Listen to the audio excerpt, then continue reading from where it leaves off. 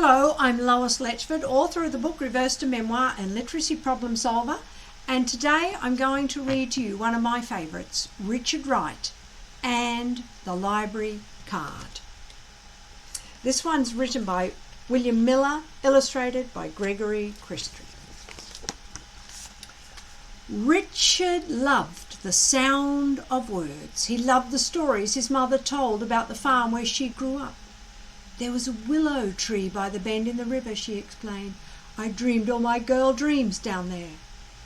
Richard loved to hear his grandfather tell about the war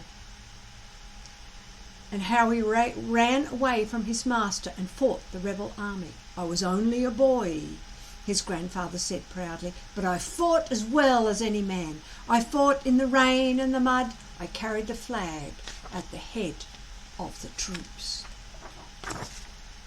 Richard longed to read stories on his own, but his family was very poor.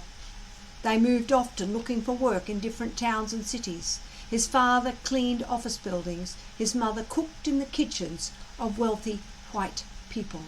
Richard had little chance to go to school.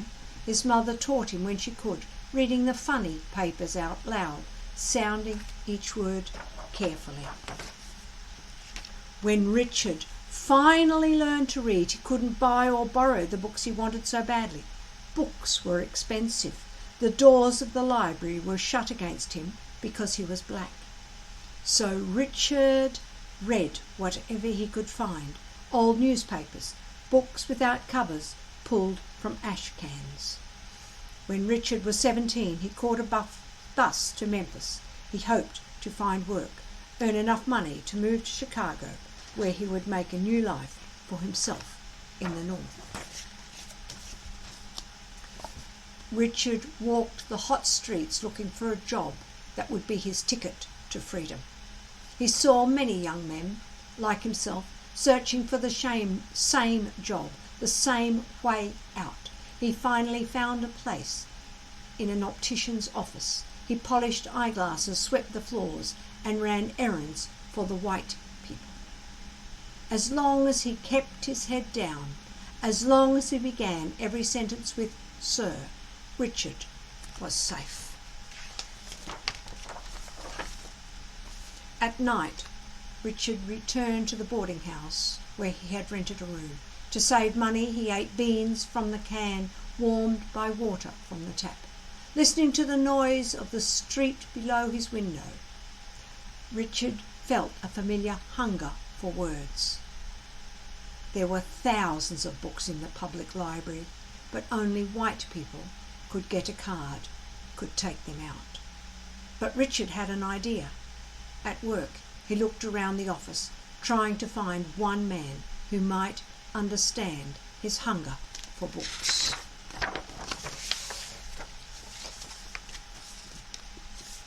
For the most part, they were like so many white men he had known before. They would never understand a black boy who wanted a library card, a black boy who wanted to read books. Even they didn't read. Only one man seemed different from the others. Jim Falk kept to himself, and the other men ignored him, as they ignored Richard. Several times Richard had been sent to the library to check out books for him. One day, when the other men were out to lunch and Jim was eating alone at his desk, Richard approached him. I need your help, Richard said. Are you in some kind of trouble? Jim asked with a suspicious look. I want to read books. I want to use the library, but I can't get a card, Richard said, hoping Jim would not laugh in his face. What do you want to read? Jim asked cautiously. Novels? Plays? History? Richard felt confused. His mind was racing so fast he couldn't think of a single book. Jim said nothing, but reached into his desk and brought up a worn white card. He handed it to Richard. How will you use it? Richard asked. I'll write a note, Richard said, like the ones you wrote when I got books for you. All right, Jim said nervously, but don't tell anyone else. I don't want to get into trouble. No, sir, Richard promised. I'll be careful. After work, Richard walked through the crowded streets to the library. He felt as if he were on a train to Chicago, as if he were travelling north already. But when Richard walked through the door, he felt an old fear again. Many heads were raised at the sight of a black boy in the library. Richard kept his eyes down, not looking up until he stood before the checkout desk. The librarian put on her glasses to make sure she wasn't seeing things. Richard handed her the note he had written and stepped back. "Why can't Mr. Falk get his own books?" she asked sharply. "He's very busy," Richard replied, his legs trembling. "All right," the woman said, "but you tell Mr. Fawkes I'd rather see him in person next time." Richard roamed the stacks, unable to believe there were this many books in the world. He touched the leather spines and fingered the pages he had dreamed about for such a long time. "Are you sure these books are for you?" the librarian asked in a loud voice when he went to check them out. Once again, heads turned and Richard felt the eyes of white people on him. He thought he had been caught, that he would never be able to read the books he wanted so badly. But Richard told the lady what she wanted to hear, what she believed was true about all black boys like him. "No, ma'am," he said, "these books aren't for me. Heck, I can't even read." The librarian laughed out loud and stamped his books. Richard heard other people laugh as he walked out the door. That night in his room, Richard read until the sun dimmed the electric light. He read the words of Dickens, Tolstoy and Stephen Crane. He read about people who had suffered as he had, even though their skin was white. They longed for the same freedom Richard had spent his life trying to find.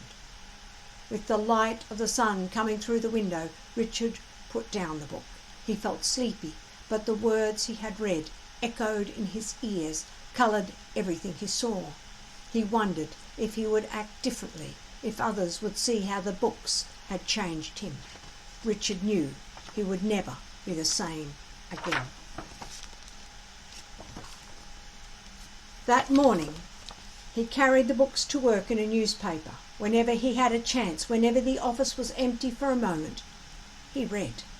Mr. Falk walked over, pretending that he was asking Richard to go and pick up his laundry for him. "What did you get?" he asked under his breath. Richard opened the newspaper and showed him. Jim seemed shocked at first, but then a smile came over his face. "Those are powerful books, Richard," he said. "Those books will stay with you for the rest of your life. But for now," he said, looking around the office, "you should keep them to yourself." Richard tried to do just that, but as the time for the journey north came closer, he didn't care who saw him reading. The men in the office either laughed at him or asked him if he was crazy. "What's a coloured boy like you toting a bag full of books around? Your head can't hold all them big words." Every now and then Jim smiled at him from across the room. The library books had changed some of Richard's feelings about white people. Richard still felt them, but he understood them better. The day he left for Chicago, Richard stopped by Mr. Falk's desk. "Thank you," Richard said. "Thank you for the books. Thank you for everything." Jim didn't say a word, but he shook Richard's hand in front of everybody. On the train going north, flying across the open fields, Richard remembered the books he had read. The words came back to him, the stories more real than the train itself. Every page was a ticket to freedom, to the place where he would always be free. Thank you. That's one of my best. And what I do with a book like Richard Wright.